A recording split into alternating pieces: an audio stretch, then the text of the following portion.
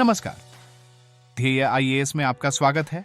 आज के इस कार्यक्रम में हम डिजिटल पब्लिक इंफ्रास्ट्रक्चर डीपीआई के विषय में बात कर रहे हैं। सबसे पहले हम समझते हैं कि डिजिटल पब्लिक इंफ्रास्ट्रक्चर क्या है।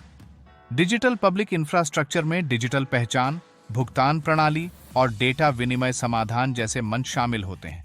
ये घटक अपने नागरिकों को सेवाएं प्रदान करने में महत्वपूर्ण भूमिका निभाते हैं। भारत का डिजिटल पब्लिक इंफ्रास्ट्रक्चर सरकारी निकायों, नियामक प्राधिकरणों, निजी क्षेत्र की संस्थाओं सहित विभिन्न हितधारकों के बीच सहयोग का परिणाम है। भारत के डिजिटल सार्वजनिक बुनियादी ढांचे में कई आवश्यक घटक शामिल हैं जो देश के डिजिटल परिवर्तन में सहायक रहे हैं। इनमें शामिल है: पहला, डिजिटल पहचान। भारतीय विशिष्ट पहचान प्राधिकरण यूआईडीआई द्वारा आधार कार्ड जारी किया जाता है। यह प्रत्येक भारतीय नागरिक को उनके बायोमेट्रिक डेटा के आधार पर एक अलग पहचान संख्या प्रदान करती है। आधार एक डिजिटल पहचान प्रमाण के रूप में कार्य करता है और व्यापक रूप से सरकारी सेवाओं तक पहुंच के लिए उपयोग किया जाता है। दूसरा, एकीकृत भुगतान इंटरफेस यूपीआई। यूपीआई ने बैंक खातों वाले व्यक्तियों को अपने मोबाइल का उपयोग करके वास्तविक समय में लेन देन करने में सक्षम बनाकर डिजिटल भुगतान में क्रांति ला दी है। भारतीय राष्ट्रीय भुगतान निगम एनपीसीआई द्वारा संचालित यूपीआई एक केंद्रीकृत सर्वर पर काम करता है जो निर्बाध और सुरक्षित डिजिटल भुगतान की सुविधा प्रदान करता है। तीसरा, डिजिलॉकर। डिजिलॉकर नागरिकों को डिजिटल दस्तावेजों को संग्रहीत करने और उन तक पहुंचने के लिए एक सुरक्षित मंच प्रदान करता है। चौथा, साइबर सुरक्षा। भारत के साइबर सुरक्षा लचीलापन को भारतीय कंप्यूटर आपातकालीन प्रतिक्रिया दल CRT-IN के माध्यम से मजबूत किया गया है। पिछले एक दशक में भारत के डीपीआई पारिस्थितिकी तंत्र ने उल्लेखनीय प्रगति की है। आइए अब हम चर्चा करते हैं कि डिजिटल सार्वजनिक बुनियादी ढांचे की अनिवार्यता क्यों है। सार्वजनिक बुनियादी ढांचे का विकास मानव उन्नति का आधार रहा है।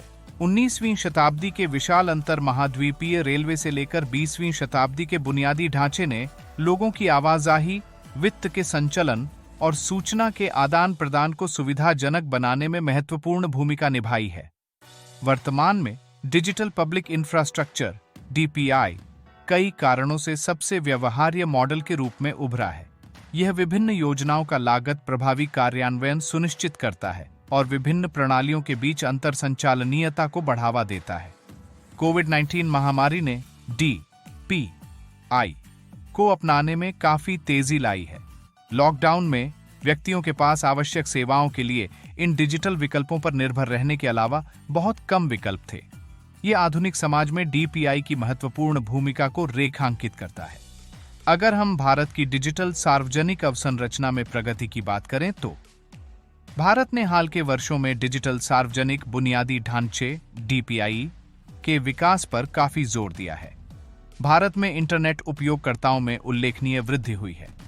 वर्ष 2000 में देश में केवल 5.5 मिलियन इंटरनेट उपयोगकर्ता थे। आज 850 मिलियन इंटरनेट उपयोगकर्ता हैं। इस प्रकार कहा जा सकता है कि भारत दुनिया का सबसे बड़ा डिजिटल रूप से जुड़ा लोकतंत्र है। अब हम इस पर बात करते हैं कि भारत को डीपीआई के विकास के लिए और क्या उपाय करने चाहिए। भारत की डीपीआई की सफलता के लिए 3 अलग-अलग प्रकार के संस्थानों की स्थापना की आवश्यकता है। सबसे पहले स्वतंत्र डीपीआई प्रबंधक संगठनों के निर्माण की आवश्यकता है। इन संस्थानों के पास एक सशक्त और उत्तरदायी शासन संरचना होनी चाहिए। दूसरा, वैश्विक मानकों का विकास किया जाना चाहिए। विकसित देशों में परिकल्पित मानकों को उभरती अर्थव्यवस्थाओं पर उनकी विकासात्मक चुनौतियों पर विचार किए बिना लागू करने के बजाय एक अधिक न्याय संगत दृष्टिकोण आवश्यक है। अंत में, वैश्विक स्तर पर डीपीआई के विकास का समर्थन करने के लिए स्थायी वित्त पोषण मॉडल तैयार किए जाने चाहिए। धन्यवाद।